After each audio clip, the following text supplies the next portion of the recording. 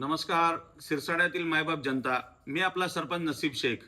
आपल्या सर्वांना 15 ऑगस्टच्या ग्रामसभेत आव्हान केलं होतं, ज्यांना घरकुल आजपर्यंत भेटलेले नाही, जे आपल्या सिरसाडा शहरात गोरगरीब कष्टकरी मजदूर लोक आहेत, त्यांना आपण ग्रामपंचायतीच्या वतीनं आव्हान केलं होतं की तुमचे आधार कार्ड आणि मोबाईल नंबर जमा करावेत.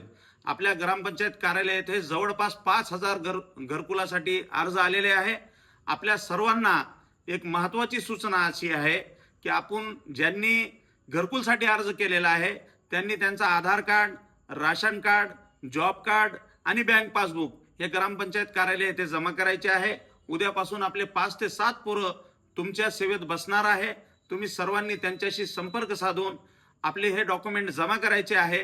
आणि आपल्या घरात कोणी जर करता एखादा माणूस असला तर त्यांच्याकडे सुद्धा डॉक्युमेंट पाठवून दिले तर चालतील.